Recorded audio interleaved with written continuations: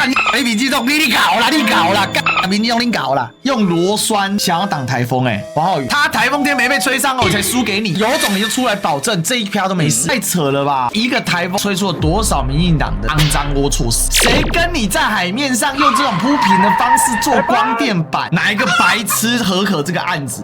台湾海峡叫黑水沟啊，大哥啊 Ladies and gentlemen, welcome the host.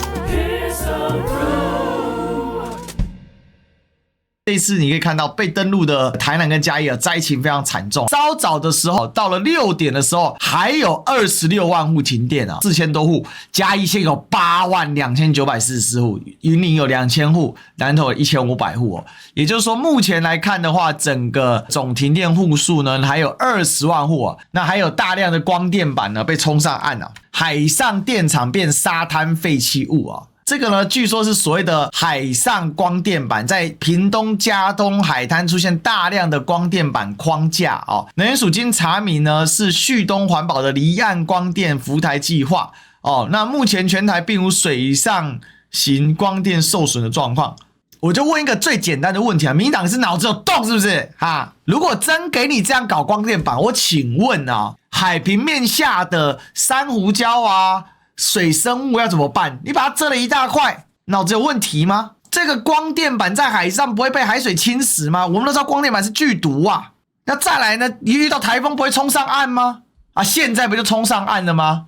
那还在那边说目前没有收到其余水上型光电有受损的状况。废话，台风没有从那边吹过去，当然没受损怎么未经审查不得复工？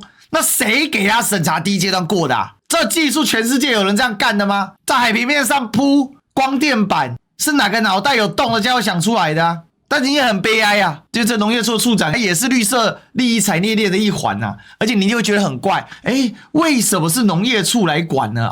我告诉你各位同学你讲的你听，你感觉到一个重点了。农业处管光电板没有错，你听的没有错，就是这个样子。所以台湾的制度设计也他妈的很有病。光电板的制作的过程还有它的成品，如果散布到环境当中是一种剧毒。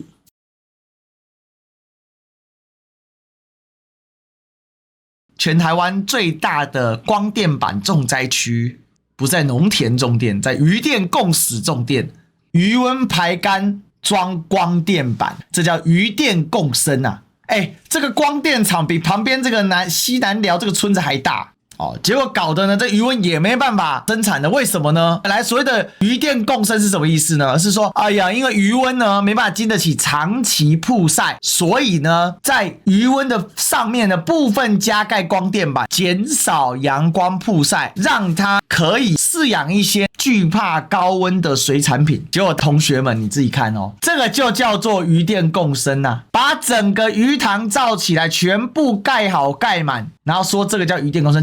请问一个最简单的逻辑，这东西下面的水生物会活吗？全部把它遮起来了，它没办法长水藻，它能活吗？它的水没有充分曝晒能杀菌吗？它能够正常的行光合作用吗？所以为什么后来干脆就不演了，对不对？旁边的直接把水抽干，反正我也懒得演了嘛。这家一些没有抽干在这里，真的是太夸张了建一座海上光电厂，这种结构你要挡台风，操你们骗笑然后这是一模一样这个有安装这个有安装请问太阳能光电板去哪里了？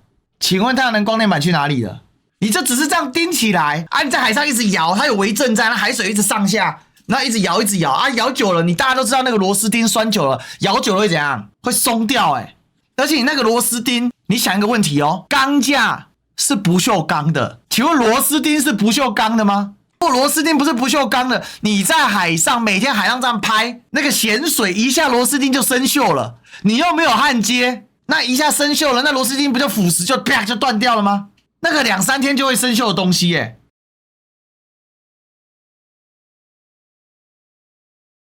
到屏东大鹏湾的岸边，你看屏东大鹏湾你来记住这位旭东董事长董基旭这位先生就是这一次的元凶之一全球唯有亚洲唯一的离岸太阳能光电系统商，系统通过测试及严峻考验，助台湾能源转型，还去买工商时报就这个离岸太阳专案计划，距离佳东3.1公里，水深23米的外海，开发可承受2500万瓦的太阳能模组特制 HDPE 浮台，承受7米以上浪高及台风等级天候及海象考验。干你娘嘛！刚开口就说谎预计今年10月进场完工，全案2025年动工完成啊！不就这个厂子？哪里是测试啊？2024年就进场施工了啊！哪里是测试啊？妈的，王浩宇开口就在说谎塑胶制成特殊的漂浮底座，加上特制的金属架构，让太阳能哪里特制？为台风哪里特制？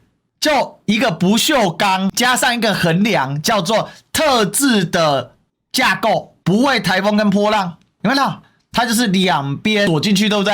来，你看这张照片，有没有看到这个黑色的断掉了？有没有看到？各位乡亲啊，这种鬼扯话你相信吗？成功打散浪的影响，我就问一个问题：你这种浪叫风平浪静的浪，台风的浪，你有没有想过？疯狗浪，你有没有想过？成功消除来自海的挑战，而他就是建构这座海上发电厂的幕后推手之一，董基旭。那一般我们路上的模组就有这，就是他嘛，董基旭嘛，对不对？你看《工商时报》当时去买版面是谁？董基旭啊，就他啊，继续骗，继续唬啊！哎呀，你真好样的，董基旭！各位，发现海上商机，钻研相网，就这个，终于找到了。那还敢说什么上面没有太阳能板？再说谎，又说谎，抓到了，还说上面没有太阳能板，继续啊，光大声呀！王浩宇叫做测试结构啊，人家直接拍给你看的谁给你测？你测什么测？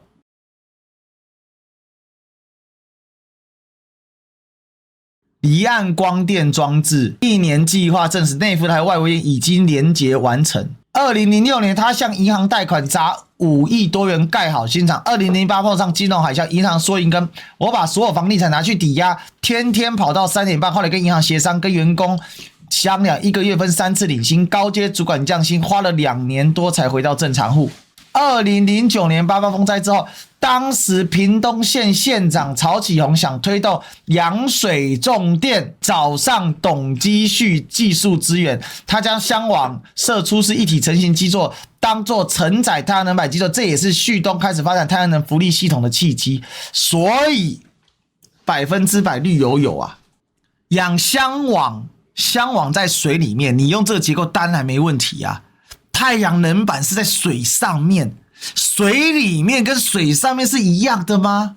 那你看到以前做外销啊，现在呢做海上太阳能板啊，而且你看1年设置计划已经把内浮台跟外围燕已经安装完成了，资本额3.3亿，光是这个浮台他就拿到1亿的补助啊！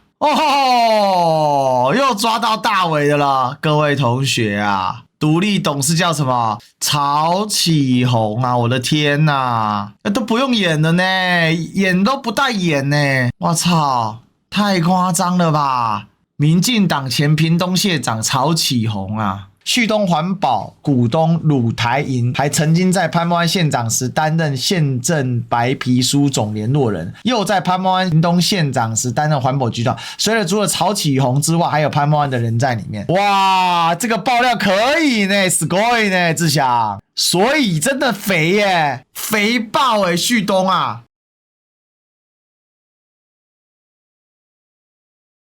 你看这张图，更透露了南部的荒谬。鱼塘抽干都在盖光电板。未来政府打算在哇靠周边铺设哇靠光电板，认真相辅相成，再利用同一条电缆将我操送！我看了什么？给风机的电缆。